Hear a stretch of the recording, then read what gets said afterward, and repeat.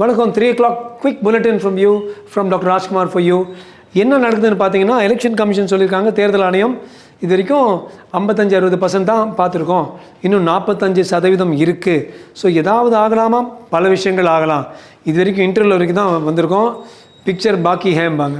But trend போக்கு பார்த்தீங்கன்னா, obviously you can see தாவேகா வந்து ரொம்ப ஒரு உட்பட்டு வந்துட்டுருக்காங்க. பின்னடைவில் வந்து திமுகவும் அதிமுகவும் இருக்காங்க. அண்டு சின்ன கட்சிகள் பார்த்திங்கன்னா கம்யூனிஸ்ட் 2, கம்யூனிஸ்ட் பார்ட்டி மார்க்சிஸ்ட் 2, அது மாதிரி இருக்குது. பட் இந்த ட்ரெண்ட் போகிறத பார்த்தா சென்னையை பொறுத்த வரைக்கும், சென்னை மாநகரத்தில் 16லேயும் தாவேகா வந்து வரலாறு படைக்கும் ஒரு தருணம்னு முன்னால் இருக்காங்க. ரெண்டாவது பார்த்திங்கன்னா டெல்டா ஏரியா, எப்போவுமே திமுகவுடைய ஸ்ட்ராங் ஹோல்டாக இருந்த டெல்டா ஏரியாலையும் தாவேகா உடச்சி அங்கே உள்ளே வந்திருக்காங்க. மூணாவது பார்த்திங்கன்னா கொங்கு பெல்ட், அதிமுகவுடைய ஸ்ட்ராங் ஹோல்ட், அங்கேயும் தாவேகா வந்திருக்காங்க. நாலாவது பாமகவுடைய ஸ்ட்ராங் ஹோல்ட், அதாவது நார்தர்ன் பெல்ட் பார்த்திங்கன்னா அங்கேயும் தாவேகா வந்திருக்காங்க. ஸோ ஒரு இந்த 4 இடங்களில் ஒரு பெரிய பெரிய பெரிய ஒரு ஆக்கிரமிப்பு பண்ணியிருக்காங்க தாவேகா. பட் இப்போ இருக்கிற ரிசல்ட்ஸ், இப்போ 10-12 சுற்றுகள் அது மாதிரி முடிஞ்சிருக்கு.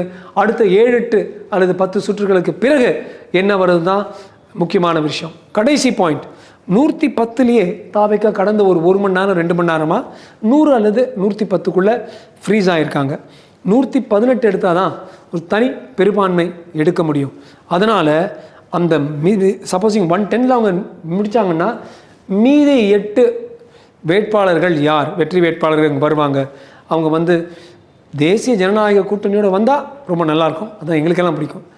அப்படி இல்லை என்றால் காங்கிரஸ் அல்லது சிபிஐ, சிபிஎம், சுயேட்சை இது போன்ற வேட்பாளர்கள், வெற்றி வேட்பாளர்கள் அவங்களோட கூட்டிட்டாங்கன்னா அப்போ அவங்களால ஆட்சி அமைக்க முடியும். இதுக்குள்ளே இன்னொரு விஷயம் பேசப்படுகின்றது, என்றைக்குமே நடக்காத விஷயம், எப்போவுமே நடக்காத விஷயம், திமுகவும் அதிமுகவும் சேர்ந்து ஆட்சி அமைப்பாங்களா. பட் இது வந்து ஒரு ஒரு ஒரு புரளி.